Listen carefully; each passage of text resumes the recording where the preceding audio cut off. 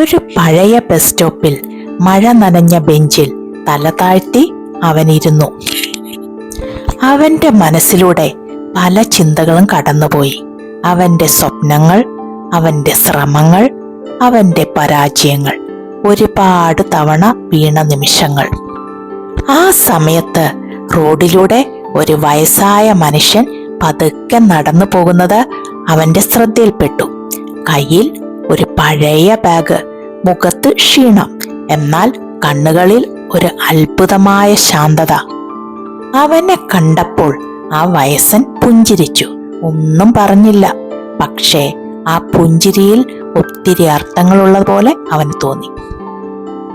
അവൻ അന്ന് മനസ്സിലാക്കി, വെല്ലുവിളികൾ വരും, പരീക്ഷിക്കും, പക്ഷേ നമുക്ക് 2 വഴികൾ മാത്രം നൽകൂ: നിൽക്കുക അല്ലെങ്കിൽ മുന്നോട്ട് നീങ്ങുക.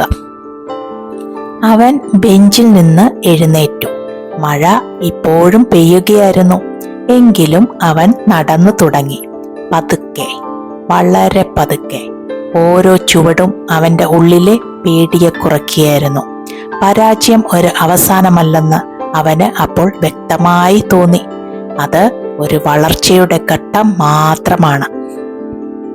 ചില വെല്ലുവിളികൾ നമ്മളെ തകർക്കും, ചിലത് നമ്മളെ പുനർനിർമ്മിക്കും. നമ്മൾ ഏത് തിരഞ്ഞെടുക്കുന്നു എന്നതാണ് ജീവിതം നിശ്ചയിക്കുന്നത്. അവൻ മനസ്സിൽ പറഞ്ഞു, ഇന്ന് ഞാൻ ജയിച്ചില്ലെങ്കിൽ പോലും ഇന്ന് ഞാൻ നിന്നില്ല.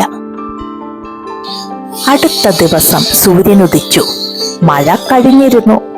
റോഡിൽ ചെറിയ വെള്ളക്കുഴികൾ, അതിൽ ആകാശം പ്രതിഫലിക്കുന്നുണ്ടായിരുന്നു.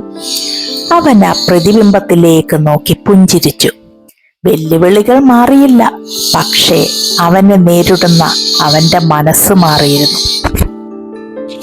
അതിനാൽ ഇന്ന് നിങ്ങളും ഒരു ബസ് സ്റ്റോപ്പിൽ ഇരിക്കുന്നുവെന്ന് തോന്നിയാൽ ഓർക്കൂ, നിങ്ങളുടെ കഥ ഇവിടെ അവസാനിക്കുന്നില്ല. വെല്ലുവിളികൾ നിങ്ങളുടെ ശത്രുക്കളല്ല, അവ നിങ്ങളുടെ അധ്യാപകരാണ്. നിൽക്കരുത്, പതുക്കെയായാലും മുന്നോട്ട് നടക്കൂ. കാരണം മുന്നോട്ട് നടക്കുന്നവരാണ് മറ്റുള്ളവർക്ക് വഴികാട്ടികളാകുന്നത്.